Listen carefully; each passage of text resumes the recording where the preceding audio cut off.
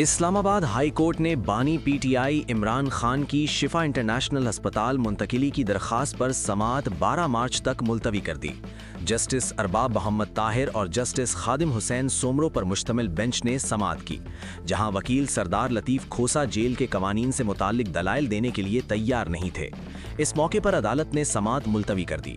समाअत के दौरान advocate general Islamabad ने अदालत को जेल सुपरिटेंडेंट की रिपोर्ट पेश की, जिसमें पिम्स अस्पताल की मेडिकल रिपोर्ट भी शामिल थी। वकील सरदार लतीफ़ खोसा ने अदालत को बताया कि इमरान खान का तिब्बी मुआयना जेल अस्पताल में हुआ और बाद अज़ां इंजेक्शन के लिए उन्हें पिम्स अस्पताल ले जाया गया। उन्होंने अदालत उज़्मा में पेश की गई सलमान सफदर की रिपोर्ट का भी हवाला दिया। वफाकी हुकूमत ने दरखास्त की मुखालफत करते हुए मौक़िफ़ अपनाया कि पिम्स के डॉक्टरों पर मुश्तमिल मेडिकल बोर्ड पहले ही कायम किया जा चुका है, जो इमरान खान का इलाज कर रहा है, इसलिए अस्पताल की मुंतकिली की ज़रूरत नहीं। हुकूमत ने दरखास्त की समाअत पर एतराज़ भी उठाया। दोनों फरीकैन के दलाइल सुनने के बाद अदालत ने समाअत 12 मार्च तक मुलतवी कर दी।